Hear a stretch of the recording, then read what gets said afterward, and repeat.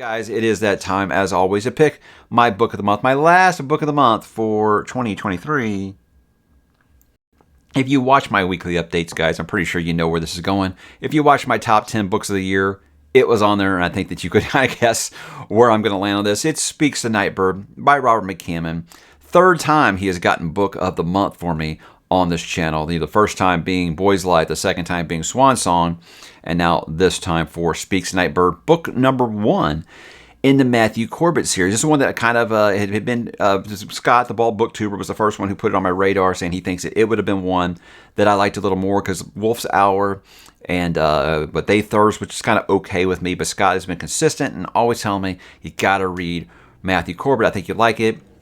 Why? It was one of those things where I was like, I'm not nuts about historical fiction, Scott. And I was like, and I don't know if I want another massively long series. Well, this was a massively long book, guys. 800 pages, and it flew by. It's amazing what this guy is able to do with just explaining characters and how characters interact with one another in any situation. It doesn't matter the time period, the location, or what is going on. He's able to show you how characters interact with each other, and he's just one of the best at it. Like I said, gun to my head, top 5 character writers ever. I think Robert McCammon is sitting at that table, and he's got a good shot at getting in there. He's really, really good, and he just excels in this one.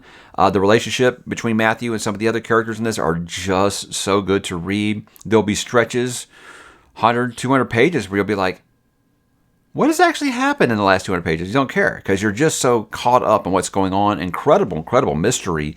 Had me just guessing so many different things that were going on.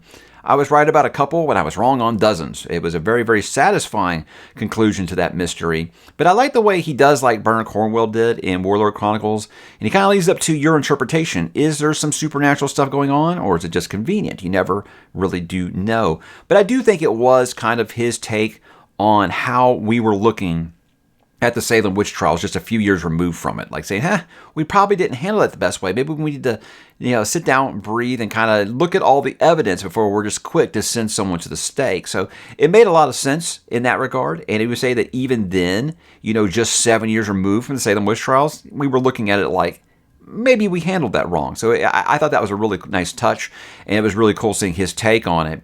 But again, it's never one of those things where we're looking at it, through today's lens and saying, this is what we did wrong in the Salem witch trials. I don't think so.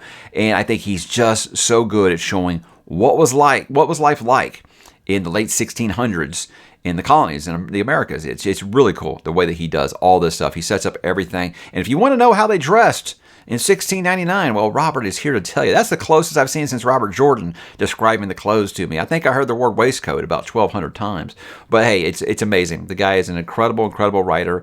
And while I went into it being like, God, another 800-page Robert, another 800-page book, Robert, why do you have to keep doing this? And never once felt overlong. I was never looking at my watch. I was never looking at that next book being like, when is this going to be over?